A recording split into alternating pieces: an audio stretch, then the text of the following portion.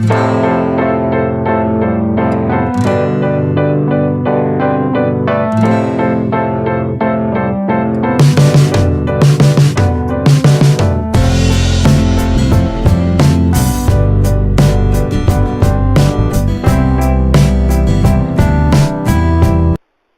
paz do Senhor para a amada igreja. Abra vossas Bíblias no livro de Atos dos Apóstolos, capítulo 19, do versos 15. Atos dos Apóstolos, capítulo 19, do versos 15.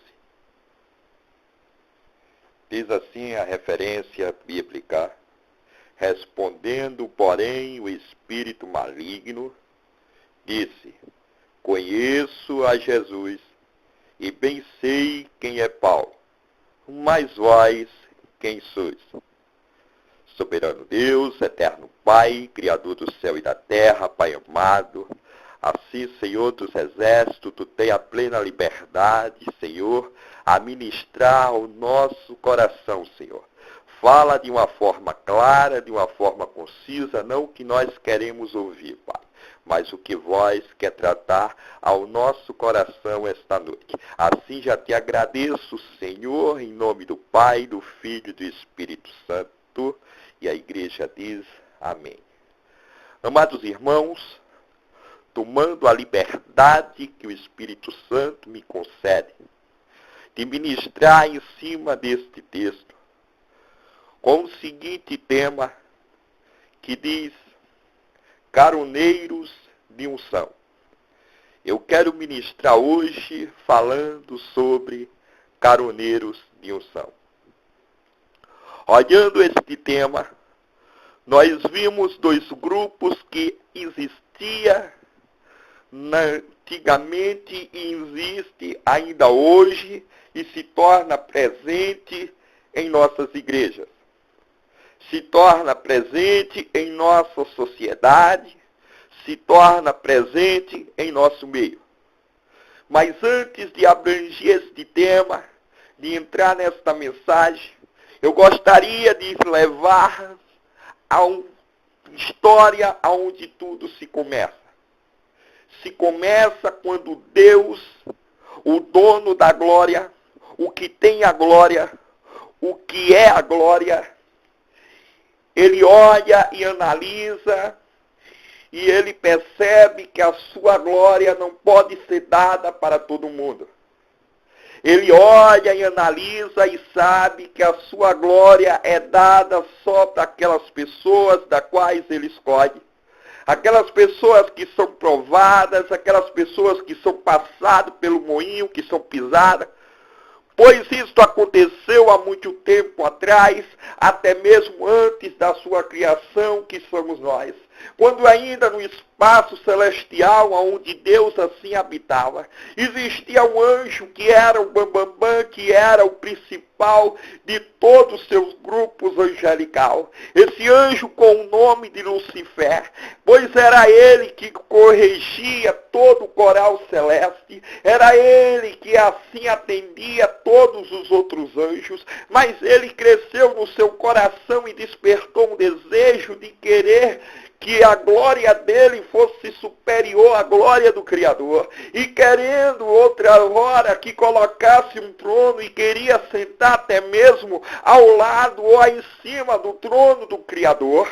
Mas quando Deus percebeu que este camarada a queria tomar sua glória, foi uma rebelião e foi colocado ele para fora do céu. Ou seja, Deus não dá a sua glória para aqueles que querem. Deus não dá a sua glória para aqueles que desejam com inveja. Deus não dá a sua glória para aqueles que querem ser melhor do que outro. Deus, ele olha e analisa os merecedores da sua glória. Voltando ao primeiro livro, o livro mais antigo das Escrituras Sagradas, e ali nós podemos olhar e averiguar uma família que existia, e o anfitrião dessa família, por nome de Jó, Satanás rodeava a terra em uma reunião celeste onde Deus estava. Satanás chega como quem não quer nada, e Deus olhando para Satanás e faz a seguinte pergunta: Tu vieste de onde? Ele diz com forma bem clara que veio de arrodeando as terras. E aí Deus disse, olhando para ele, Deus disse no seu íntimo pensamento, Deus disse: ei, Satanás, teve uma casa que tu não entrou, teve uma casa que tu não mexeu, teve uma casa que tu não chegou perto, teve uma casa que quando você olhou para ela, você queimava, porque um homem ali orava e a minha glória se faz presente. Aí Deus olha para Satanás e faz a seguinte pergunta: Satanás, observasse meu servo Jó? O inimigo olha para Deus e diz: ah, Senhor, ele tem tudo isso só porque ele é rico. Ele tem tudo isso porque o Senhor exalta ele na terra. Ele tem tudo isso porque ele tem um bom patrimônio. Aí Deus olha e diz: olha, Satanás, a partir de agora tu pode tocar em tudo do meu servo, mas em uma coisa tu não toca, que é na vida dele. Nesta hora o céu começou a ficar silêncio. Jó começou a sentir a represária. Chegou um dos seus criados dizendo que seus gados, que suas plantações foram todas destruídas. Jó no maior, no mínimo segundo, chega outro dos seus empregados e diz: olha, Jó, teus filhos foram mortos, estavam todos em uma festa e caiu um raio do céu. Jó começa, pega um caco, raspa a cabeça, passa máquina zero na cabeleira, se veste saco. O inferno agora está todo mundo olhando para ver se Jó vai negar a Deus. A mulher de Jó é usada por Satanás, chegando perto dele dizendo: olha, Jó, amaldiçoa esse Deus, Jó, e morre. O inferno começa a bater o coração de Satanás, dizendo: já ganhei, já ganhei. Mas, no entanto, quando Jó olha e diz: ô mulher, tu fala como uma louca, porque nu eu vim para essa terra, e nu eu sei que eu vou voltar. O que eu tenho foi Deus que me deu, e Ele mesmo que tirou. A glória de Deus se estabeleceu, a glória de Deus se fez presente, a glória de Deus estava presente, a glória de Deus estava presente. Oh, Deus não, a glória de Deus estava presente. Jó não negou a glória de Deus, Jó não negou a glória de Deus, estava presente naquele homem. Oh, agora se passam os tempos. Davi agora aparece no cenário da glória do Senhor. E tem o desejo de erguer um tabernáculo, não, de erguer agora um templo para Deus. Mas Deus diz a ele que não é oportuno a ele construir o templo, mas que seria para que o filho dele erguesse o templo. Pois o tempo foi passando, a construção desse templo foi feita. Construir o templo. E quando o templo estava construído, agora está seu filho de nome Salomão. E agora Salomão entra para dentro do templo. E aí os levitas, os outros dizendo: oh, ele é filho de assassino. Oh, ele não era o escolhido. Ele é muito pequeno.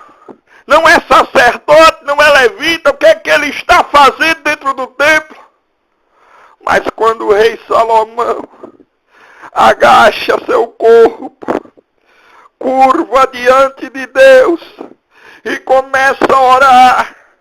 Oh, a Bíblia é bem clara no capítulo 7 de 2 Crônica, que diz o seguinte: e tendo Salomão acabado de orar, desceu o fogo do céu, consumiu o holocausto e o sacrifício, e a glória do Senhor encheu a casa. Oh, Deus confirmava que a glória Ele dá a quem quer. Deus confirmava que a glória Ele fazia e bem entendia com quem queria. Oh, Deus derramou a glória mais uma vez sobre o templo e disse: isto é meu, é promessa minha. Eu quero ver a mão daqueles que têm a promessa, daqueles que Deus vai encher de glória, que Deus vai encher de glória, que Deus vai encher de glória. O tempo agora passa, agora chega Jesus Cristo no cenário, Jesus Cristo, Filho de Deus. E ele agora, por muitas vezes, ele percebe, olha o homem falho. Ele olha que o homem é pecador, que o homem é errante. Mas por muitos dos seus milagres, ele olha para o homem e diz: tu estás curado pela tua fé. E trata não voltar a fazer as coisas de novo. Nós sabemos que nós, quando recebemos a glória de Deus, há um caminho diferente para se caminhar. Nós sabemos que quando recebemos a glória do Espírito Santo, há um caminho diferente para nós sermos. Antes dos discípulos receber a glória de Deus, eram fujões, medrosos, traidores. Mas quando Jesus esteve na cruz do Calvário, olhando para ele, disse: Pai, perdoa, pois não sabe o que fazes. O terceiro dia, Nazareno ressuscita e chega diante dos seus discípulos, pois estavam reunidos à porta fechada, e estavam com medo dos judeus. Quando Jesus adentra, sem ser pela porta, mas atravessa a parede com seu corpo transformado, e ele olha para ele e diz: a paz seja convosco. Ou seja, a glória está viva mais uma vez no meio de vós. Oh, a glória é dele, a glória é dele, a glória é dele. Jesus agora olha para ele e diz assim: não se aparte de Jerusalém, pois foi batizado com água, agora vai fazer parte, ainda vem a outra parte da minha promessa. Eis que vou descer fogo, ou seja, eis que a minha glória vai impactar seu coração. Oh. Quando narra o livro de Pentecoste, no dia de Pentecoste, que os discípulos se reuniram no cenáculo, e a Bíblia nos fala que um vento veemente abrange dentro dos discípulos, e todos eles é impactado e começa o maior reteté da história. Todos começam a falar em mesmas línguas e línguas repartidas. A glória de Deus se faz mais presente e viva do que nunca. Agora nós chegamos ao texto da história. A igreja primitiva já era grande. Paulo já havia reconhecido o caminho de Deus. Paulo já era agora um evangelista. A igreja já conhecia Paulo. A igreja já conhecia os milagres que Jesus operava e vinha operar no meio do seu povo. A igreja já sabia que Jesus tinha carregado o peso da cruz ao Calvário, que tinha sido morto, ressuscitado ao terceiro dia para nos livrar da mão daquele que nos oprimia. A igreja já sabia que Jesus, nós poderíamos contar com ele sempre. E aí dividiu um grupo dentro da igreja, dividiu um grupo dentro da sociedade. Que os demônios faziam festa, mas ainda eram tenebroso, porque não sentia agora. Eles não poderiam fazer o que queria, porque na terra se tinha discípulos. Porque na terra se tinha homem com um nome que era autoridade em cima de todos os nomes. Qual é?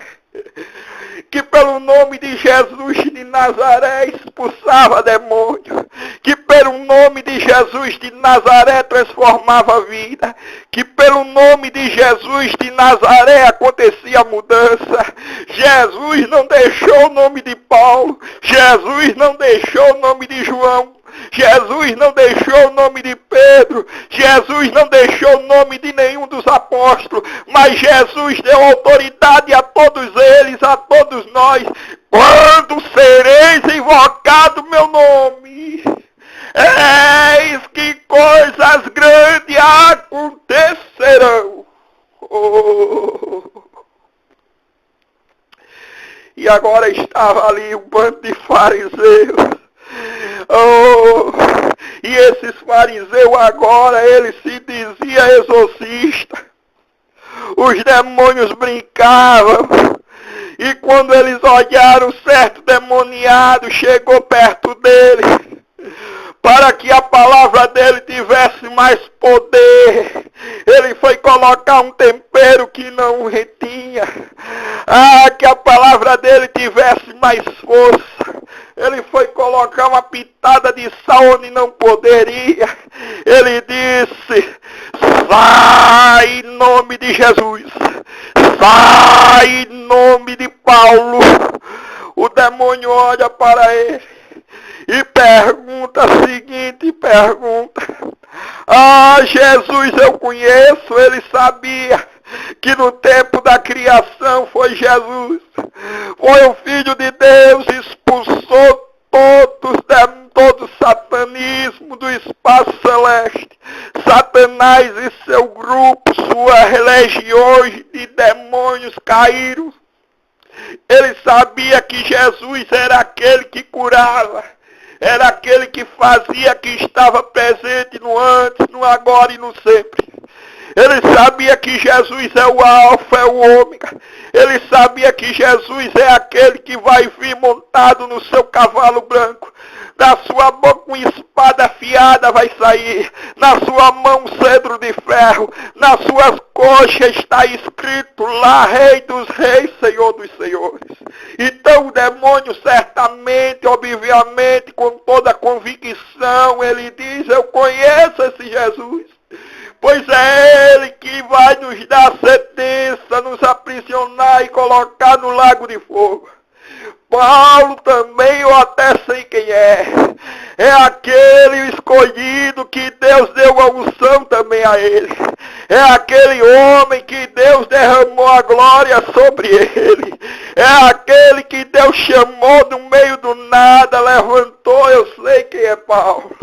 Mas vós quem é? Para não dizer é um sepulcro caiado, é um saco vazio, quem sois vós?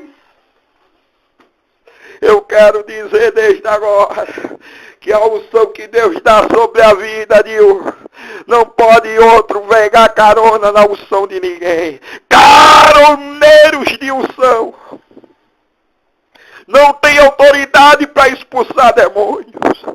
Caroneiros de unção não tem autoridade para curar enfermos.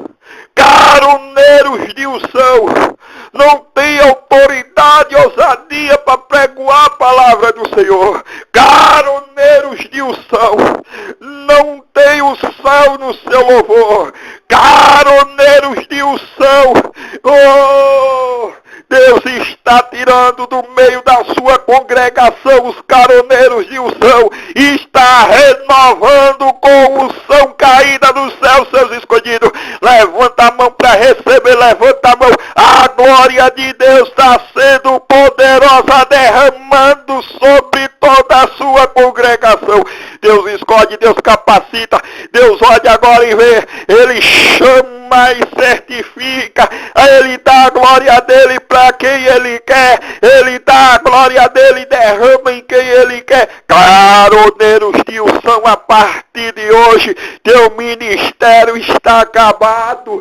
Caroneiros de unção, a partir de hoje, vocês ou se convertem, ou vocês acabam de uma vez por toda com esses seus teatros. Caroneiro Nilson não tem vez na congregação. Deus está derramando, está derramando, está derramando, está derramando, está derramando, derramando a sua glória sobre a congregação.